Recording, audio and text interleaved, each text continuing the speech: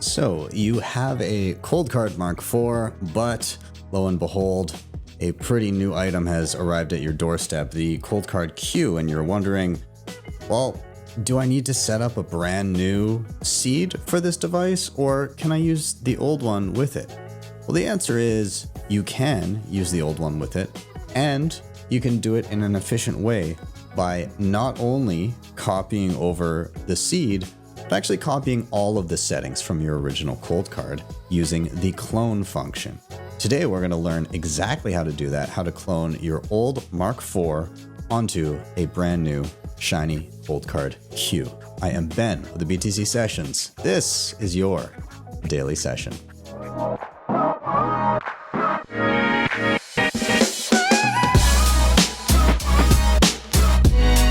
Hodl the Bitcoin.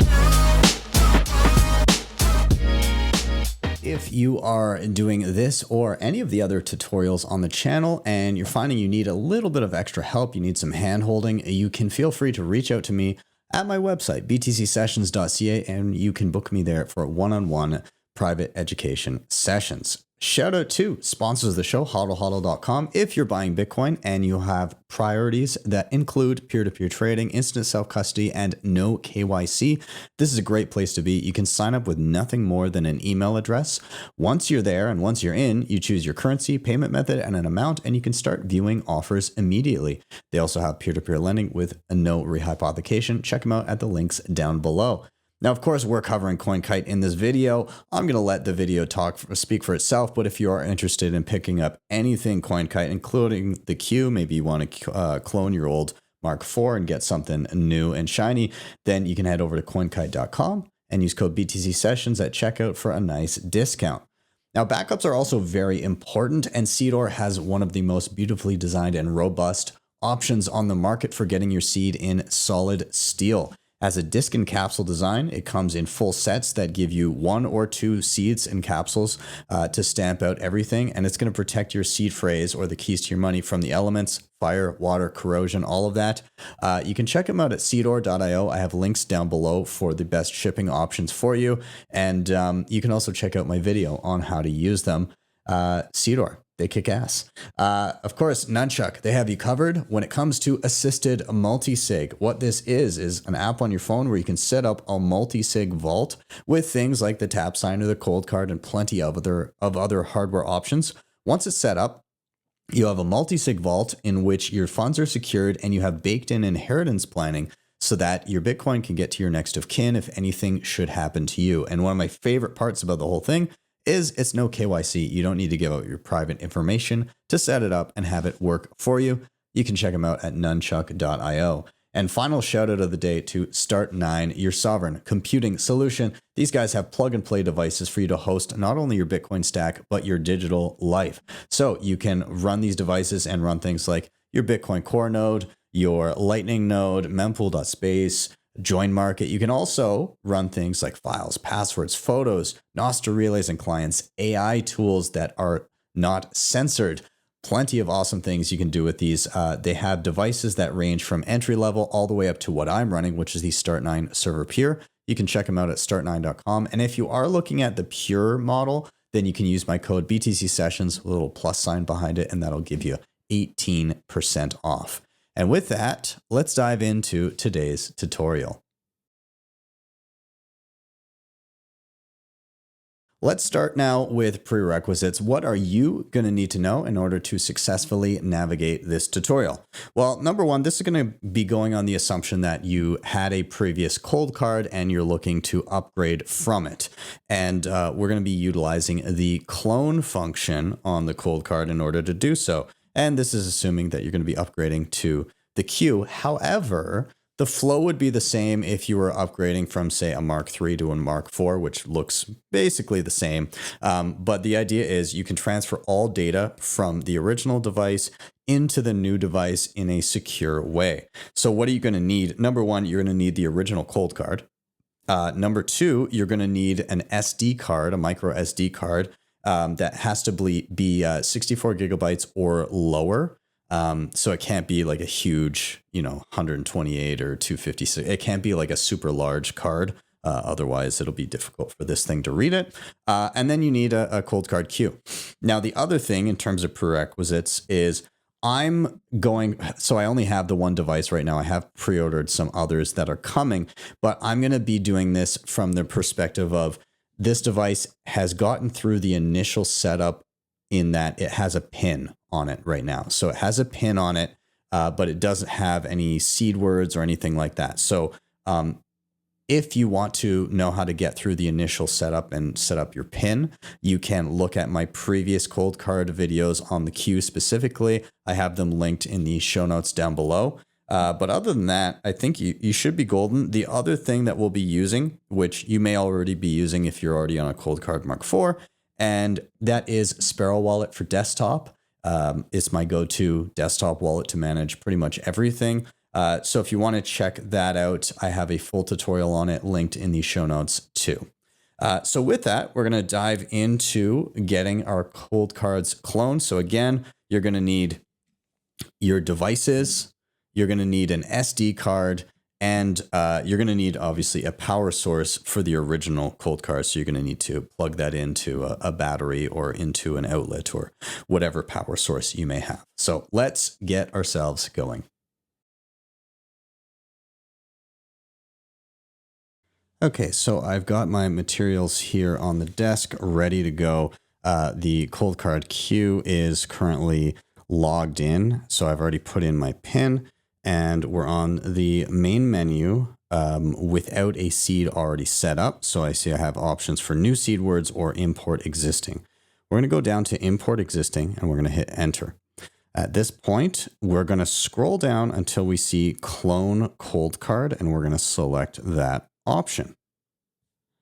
At this point, it says insert a micro SD card and press enter to start. A small file with an ephemeral public key will be written. Basically, what this process is doing is it's ensuring that when you export the sensitive data from the original Coldcard, it can only be unlocked by the new Coldcard.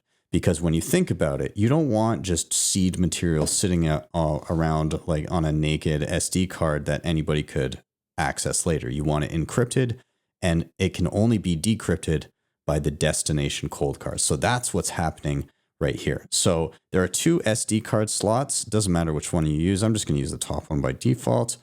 Looks like I can fit it in like this.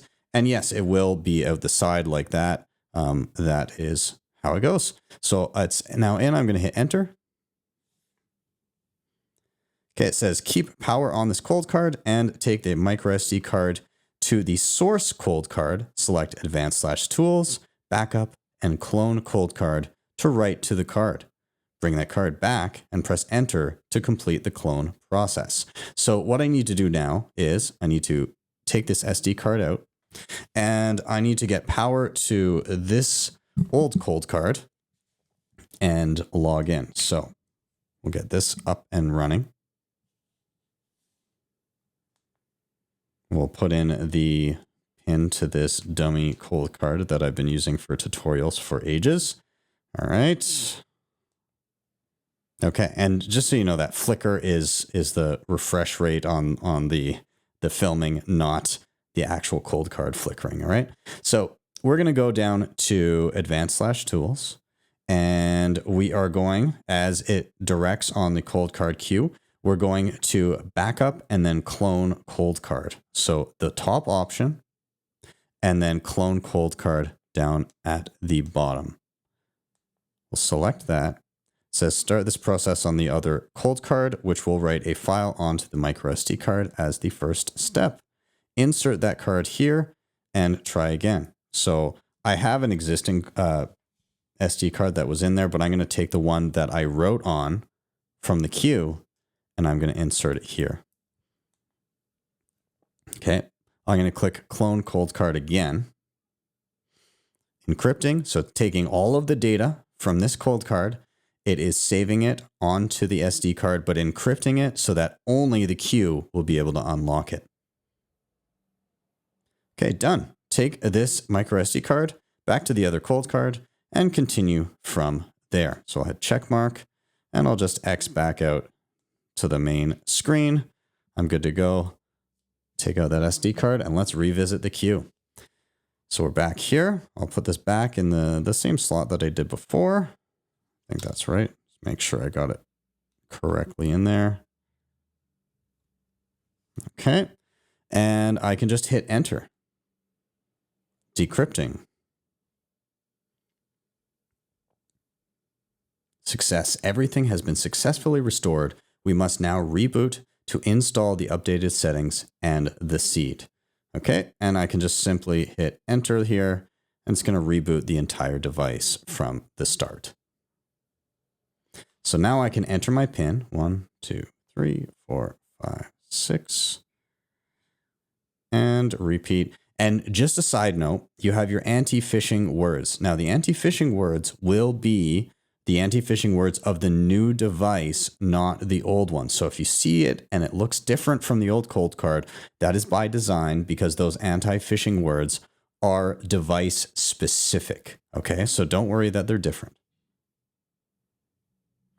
Okay, so there are going to be a couple different ways that you can tell that this device is holding the same seed as the original Coldcard. So let's go on to the original one. I'm going to go down to advanced/tools, and I'm going to select something that says view identity. I'm going to click on that, and it shows me a master fingerprint. And if it's hard to see, it is BC7 B85C5. Okay. I can actually see it up in the top right here.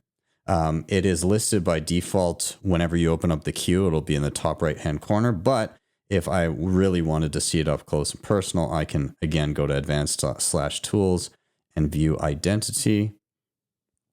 And it shows me the exact same fingerprint. So that denotes that, hey, this is the exact same key that is sitting on this device.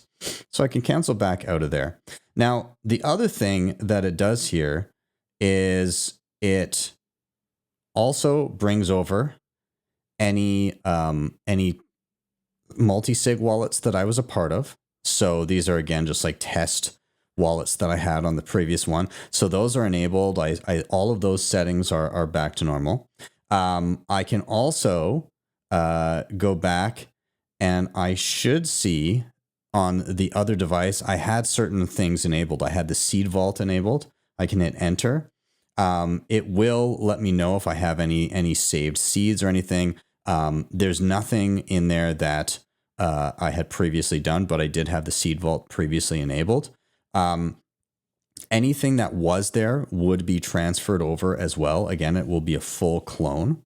And then furthermore, again, in the settings, the hardware on and off preferences, that will also be ported over. So I didn't have NFC on the old device. Funny enough, I did have it previously on this device because I did a demo on how the NFC worked, but it copied my settings from the old Mark IV onto this device. So if I do want something different in the settings there, then I'll have to re-enable that here and turn on my NFC if I plan on doing demos on that. So it just ported over all of these settings exactly as I had them over here. So basically, this device functions exactly as the previous device did, except for it now has the added functionality of QR scanning, better NFC, and all of the new bells and whistles that the new device comes with. Now, we, of course, want to be pretty sure that this device is truly functioning as it should and that it reflects the same balance as the old device. Or, well, I guess currently there's nothing on the old device, but there is a wallet history. There is a history of transactions that have happened on this previous device. And so I want to be sure that I can still use this device in Sparrow Wallet as I was doing before. And so what I'm going to do right now is I'm actually going to go ahead and I'm going to open up Sparrow Wallet and I'm going to try to import this Coldcard Q as its own independent wallet. Technically speaking, I wouldn't even have to do that. I could just use the old wallet file, but I'm going to show you what it looks like to freshly import it. And I'm going to use the QR method of doing this. I haven't done my QR tutorial because I am just waiting on an update from Nunchuk Wallet because I want to show it in both interfaces. But I guess you'll get a little preview of it here. You could do this in many different ways, and I'll outline how momentarily here. But for now, we've got Sparrow Wallet up on the computer right now. I'm going to go File, New Wallet. I'm just going to call it Q Test. And then I'll hit Create Wallet. Now, I want to do an air-gapped hardware wallet. That's what I'm going to be doing for this one. And I'm going to do the Coldcard, okay? And it does give me a scan option, but I'm going to get my Coldcard ready for that first. So on the Coldcard, I'm simply going to go to Advanced/Tools, Export Wallet, and then there's an option for Sparrow Wallet, and I'll hit Enter there. Okay, it says, hey, this is going to save a JSON file. It gives me some other options. I'm just simply going to hit Enter.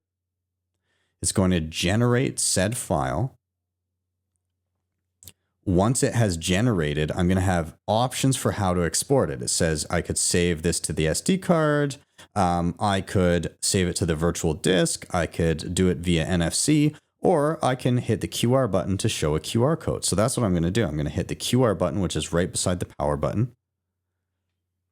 And this is going to bring up an animated QR code. Perfect. So this is what I'm going to need for Sparrow Wallet. So I'm going to hit scan here, and then I'm going to scan what is on my queue to import it into Sparrow.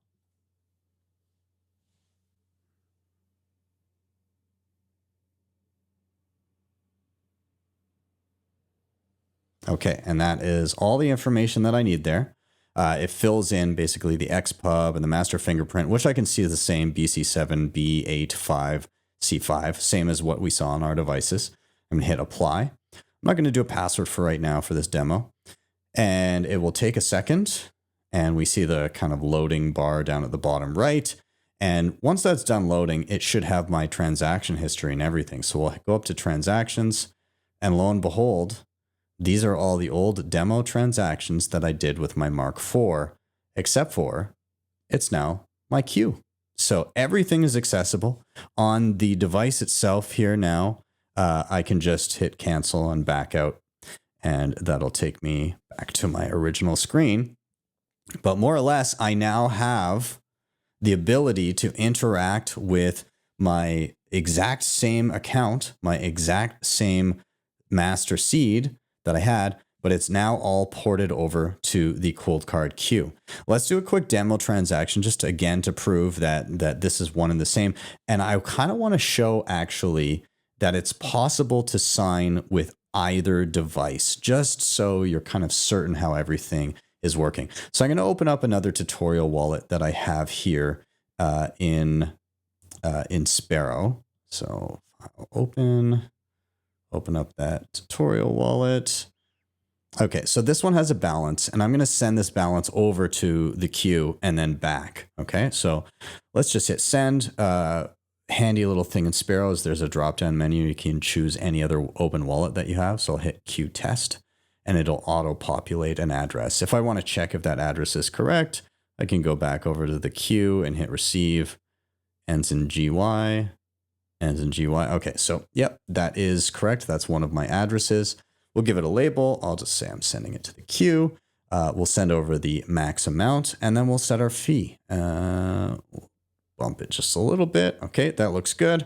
I'm going to create, finalize, and sign, and then blast off that transaction. If when in doubt, just hit the blue button. It's taking you where you want to go, and that's pretty much that. And again, if some of this is pretty foreign to you, then go check out my Sparrow tutorial. So nonetheless, that transaction has been sent off. Right now, we're in the tutorial wallet. If we go to the transactions tab, we can see there's the funds leaving this wallet. Let's go over to the queue on the other tab and go to transactions. There's the incoming transaction sitting in the wallet right now. Perfect. So what have we got here? We've got the Coldcard that is actually, the keys are on both devices right now. And I want to prove to you that both devices are capable of approving a transaction, showing that they are one and the same. So I'm going to go ahead to the queue, or to this Coldcard wallet here in my Sparrow. I'm going to hit send. We'll send it back to the tutorial wallet that it came from. I'll just label it test. Okay, I'm going to send the max amount. I'll bump the fee a little bit. That looks good. I'm going to create the transaction and finalize it. Now, how can we sign this transaction? Well, we could do it a couple different ways. Both of these were made as air-gapped wallets.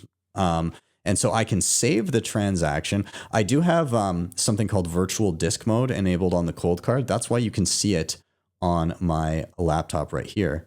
It functions as an SD card, but it's directly connected to the Coldcard right now. So I'm going to air gap it to the Coldcard, the old Mark IV right now. So we'll see that the old wallet can still sign. So I'm going to save that transaction. I'm going to save it to the Coldcard. I'll hit save, and then I'll double check it's in there. Okay. Test PSBT. So it saved a little file that is the transaction that I want to send, but it doesn't have a signature yet. Okay, great. So I can go over to my Mark IV that is plugged in right now. I'll get this larger for you. Again, apologies for the flickering, but you'll at least be able to follow along here. So the top option is ready to sign. That's your typical one that you click when you're ready to actually sign a transaction. It reads the transaction on the virtual disk and says, hey, is this okay to send? You're sending this much Bitcoin to the following address, the same information I'm seeing here in Sparrow Wallet, and your network fee is as follows. If I approve it, I'm going to hit check mark, and that's going to save a file to my virtual disk. So it says, here is your signed PSBT, and it's good to go. Perfect. I'll just hit the check mark. And now I will jump back into Sparrow Wallet. Okay. Just as if we were using an SD card for your air gap mode, we saved the transaction and now we need to load the transaction. So I'll hit load. I'm already in the virtual disk and we're looking for the test signed because it's now fully signed. I'll hit open. There's our signature. So I'm not going to broadcast this yet because I actually also want to try signing it with the queue. So we're going to do that next. So I'm going to actually cancel out this transaction. I'll X out of it.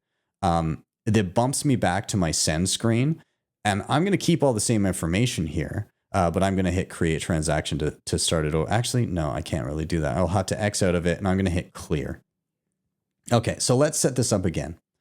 I'm going to send to the tutorial wallet. I'll label this test 1, I suppose. I'll send the max amount. I'm going to bump the fee a bit and then blue buttons to create and finalize. And now this time I'm going to use the queue to sign it via the QR method. Okay. So all I'm going to do here, just as we had save transaction and load transaction, we're now going to have show QR and scan QR. Those are the 2 steps for air gapped via QR mode. So I'm going to hit show QR. Cool. All right. So this is now good to go. So what do I need to do on my Coldcard Q? Well, I'm going to go to the top option again, ready to sign. So it says ready to sign spending transactions. Okay. If you want to import from the SD card slot, you can do the following, or you can choose NFC or QR. So I'm going to hit the QR button next to the power button. And so now up top, you can kind of see it on my finger here, but this is the QR scanner. And I'm going to scan what I have on the computer. So I have to point the top of the device like this towards the QR. Okay. This now imports all of the information that was up on the screen. Is this okay to send this amount of Bitcoin to the following address for the following fee?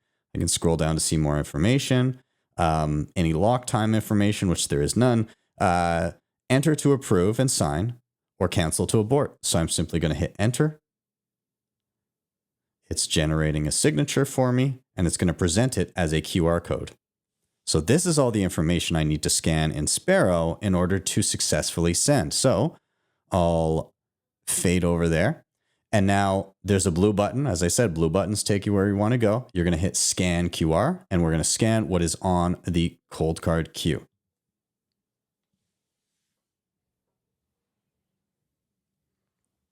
Okay, and there we go. So that information all transferred over. I got the signature that I wanted, just as I was able to do with the old Coldcard. I can now do with the Q, and we just happen to use the QR method of doing it. So now I can hit broadcast as I could have with the old Coldcard, and off it goes to the network. We've successfully signed a transaction with the same Coldcard that we've used previously, but now imported, cloned onto the Q, and signed with it. And so there's our notifications coming in momentarily. There we go, out of one wallet into the other.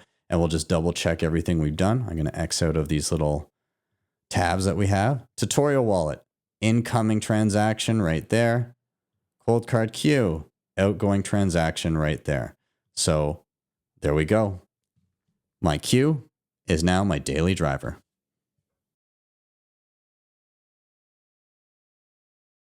So I just want to go over some final thoughts here. Number one, the ease with which I was able to shift over all information from the old device to the new device is fantastic. It's nice and easy. SD card into one, hit the clone function, into the other, hit the clone function, send it over and hit enter. So, you know, a couple little steps and you're in. It's actually quicker than just simply entering your 12 or 24 words.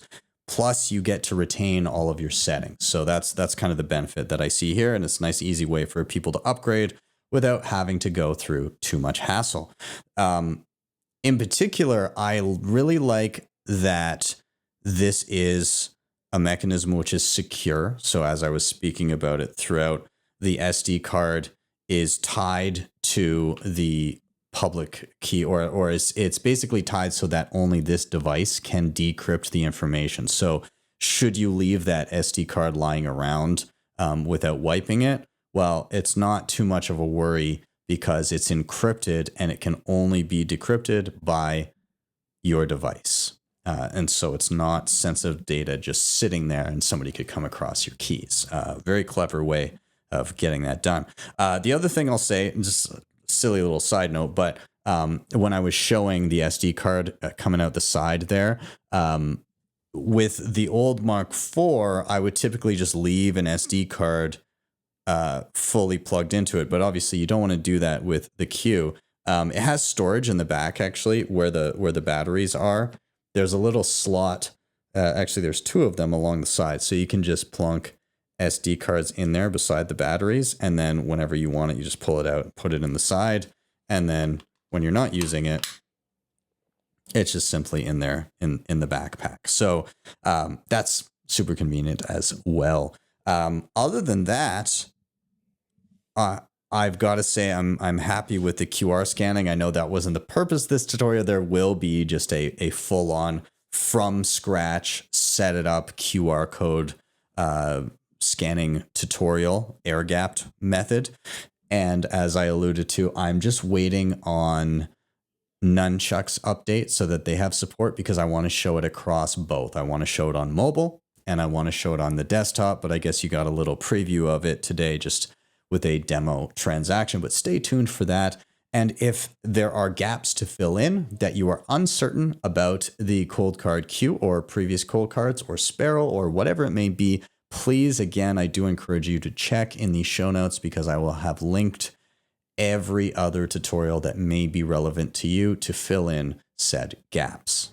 Thank you guys so much for watching. As always, please do hit like, subscribe, share. All those things help a ton getting this content in front of more eyeballs. You can also hit up the previously mentioned sponsors in the show notes down below. Don't forget to hit up CoinKite if you're looking for a Q. You can use my code BTC Sessions. at checkout, and that'll get you a nice discount. And then finally, again, if you do need some additional hand holding, just reach out to me at my website, btcsessions.ca. With that, I am out. Have yourselves a wonderful day or evening, wherever you may be. I'll see you guys next time for your daily session.